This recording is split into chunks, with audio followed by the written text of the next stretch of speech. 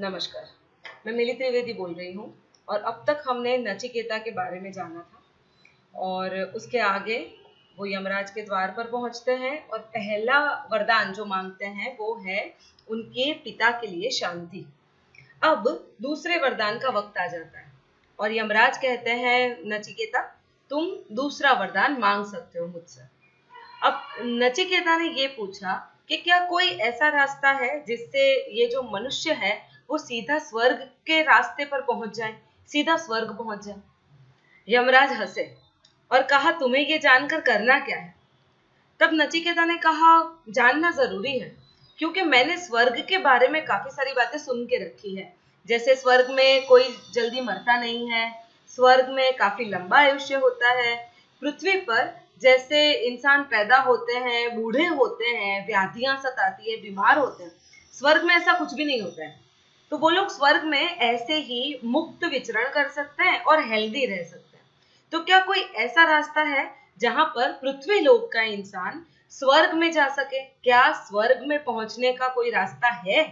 अगर है तो आप मुझे बताइए। तो ये कहा नचिकेता ने यमराज से।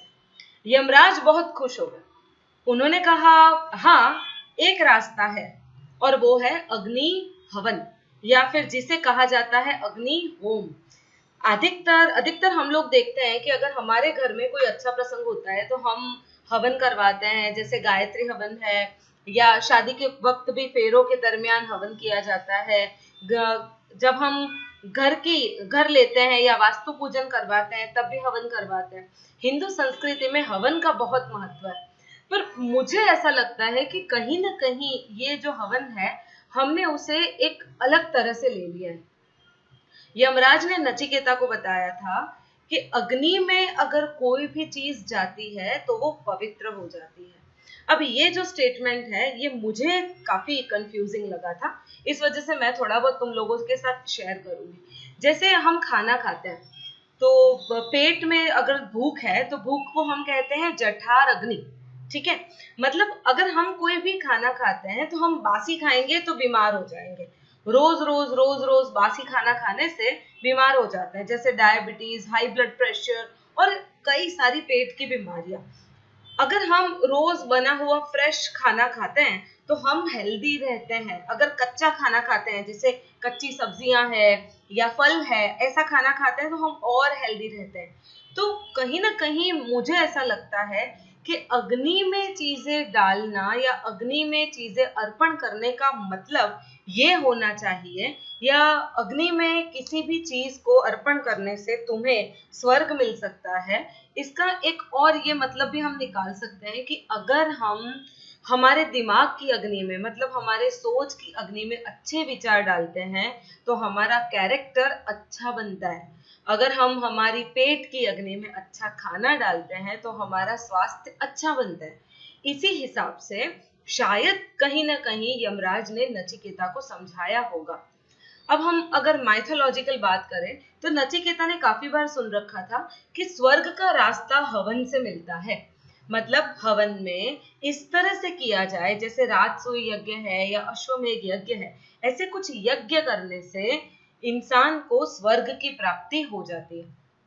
अब यमराज नचिकेता को बार बार सिखा रहे थे कि किस तरह से हवन करना चाहिए, हवन कुंड कैसा होना चाहिए, अग्नि कैसे प्रज्वलित की जाती है, अग्नि प्रज्वलित करने का श्लोक क्या है और किस तरह से अभ्यास से हम इस अग्नि में पवित्र होम दे सकते हैं।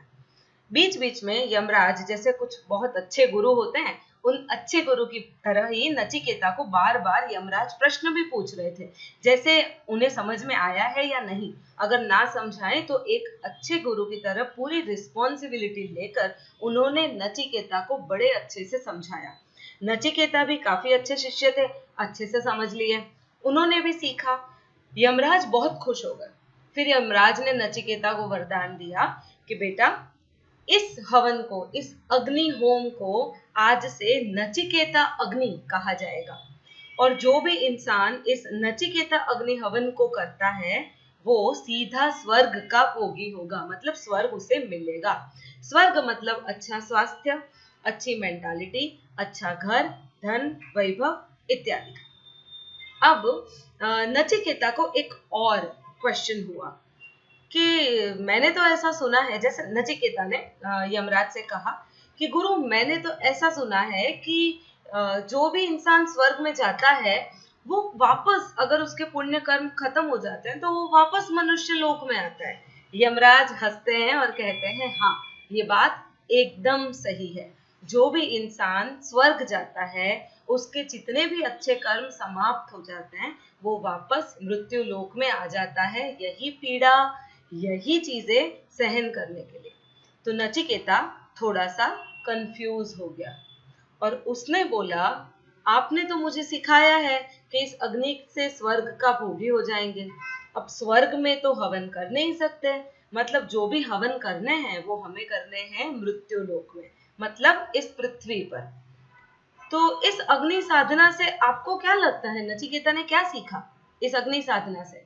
नचिकेता ने सिर्फ एक ही चीज सीखी, वो ये कि जो भी अग्नि में तुम दोगे वापस तुम्हारे पास आएगा।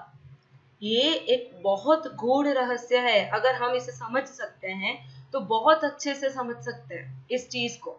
सबसे पहली बात, हम विचारों में अगर अच्छे विचार का हवन करते हैं, अच्छी वासनाएं जगाते हैं, दान करते हैं, अच्छे लोगों को दान करते हैं, जिस दान का महत्व है ऐसे दान करते हैं, तो हम उस दान के लिए रिस्पॉन्सिबल नहीं रहते हैं, हम उससे फ्री हो जाते हैं, मुक्त हो जाते हैं। अगर हम हमारे पेट में अग्नि में, हमारे जठर अग्नि में अगर अच्छे फल डालते हैं, जिसे कहा जाता है उपवास करना, न खाना या फल खाना, अगर हम ऐसे करते हैं तो हमारे पेट को हम थोड़ा बहुत आराम देते हैं और हमारा स्वास्थ्य ऐसे सुधारते हैं।